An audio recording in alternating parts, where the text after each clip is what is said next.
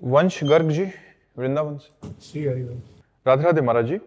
महाराज जी, नेत्रों के ब्रह्मचर्य हेतु मार्गदर्शन करें। नेत्रों का ब्रह्मचर्य क्या है और उसको कैसे धारण करें?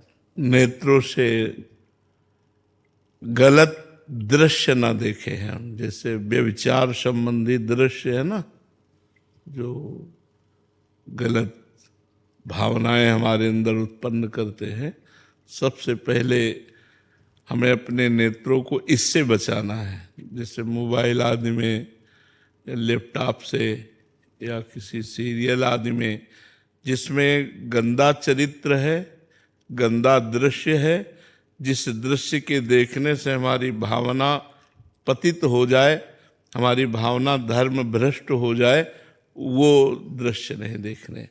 दूसरी बात, हमें किसी के दोष नहीं देखने।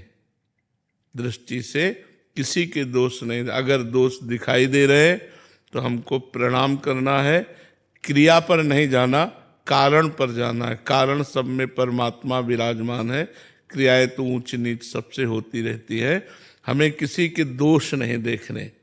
तीसरी बात, हम कोशिश करें कि सब में भगवान विराजमान है, ऐसी अपनी दृष्टि से देखने की भावना करें कि जड़ चैतन्य सब में, जैसे गोस्वामी जी कह रहे हैं, सिय राम में सब जग जानी, करो प्रणाम जोरी जुग पानी। सबको दोनों हाथ जोड़कर हम प्रणाम करते हैं, क्योंकि सब में भगवान सिया राम विराजमान है, गोस्वामी जी कह रहे हैं। तो हम अपनी दृष्टि, हमारी जो दृष्टि है वो पवित्र तभी होगी जब भगवत दृष्टि हो जाएगी, सब में भगवत दृष्टि हो जाए। तो हम गलत आचरण वाले, जैसे कोई पशु पक्षी मैथुन कर रहा है तो हमें नहीं देखना, इससे हमारी दृष्टि दूषित हो जाएगी। यही वृंदावन में एक सौभरी नाम के महात्मा रहते थे, जो जल को स्तंभित करके जल समाधि लेकर के भजन कर रहे थे। तो समाधि से उनके नेत्र खुले तो उन्होंने देखा मछली मैथुन कर रही है। हर जीव में होता है, बस उसका मनन होने लगा। जो देखा जाता है उसका मनन होता है। मनन हुआ तो उनको लगा क्या समाधि से भी बढ़कर सुख है, एक बार देखना चाहिए। चाह पैदा हो गई, नहीं मैं भी भोगूं, ऐसी चाह पैदा हो गई। अब वो ऋषि थे, सामर्थ्यशाली थे, सीधे उठे और राजा उस समय चक्रवर्ती सम्राट मानधाता थे। मानधाता के पास गए और कहा, अब सामर्थ्यशाली ब्रह्म ऋषि ऐसे कोई राजा से ऐसे कोई साधारण बात कर सकता है क्या?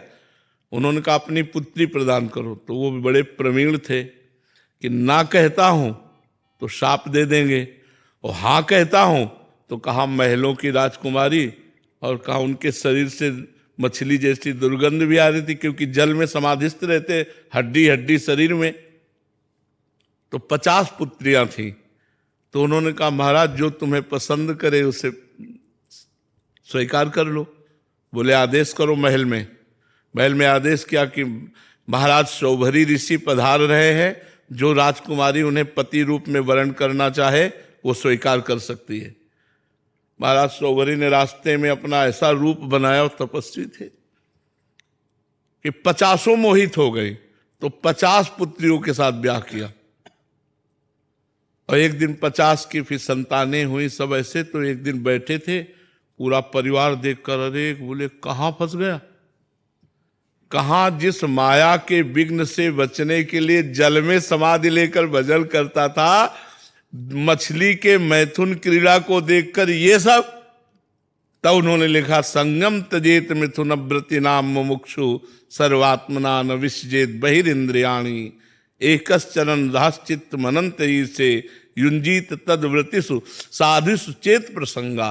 बोले अगर मुक्त होना चाहते हो संसार से तो किसी भी मैथुन धर्म से युक्त प्राणी का संग न करो।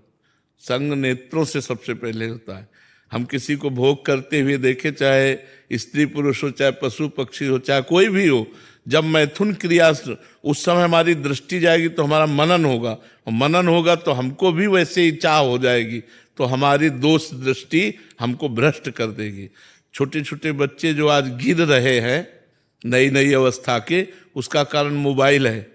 मोबाइल में गंदी बातें सर्च करते हैं, गंदी बातें देखते हैं। तो दृष्टि को पवित्र रखने के लिए किसी भी प्राणी के मैथुन धर्म से युक्त होने पर हमारी दृष्टि ना जाए, और कोई भी मोबाइल लैपटॉप आदि से हम गंदी बातें न देखें, और किसी के भी दोष दर्शन न करें, सब में भगवत दर्शन करें। तो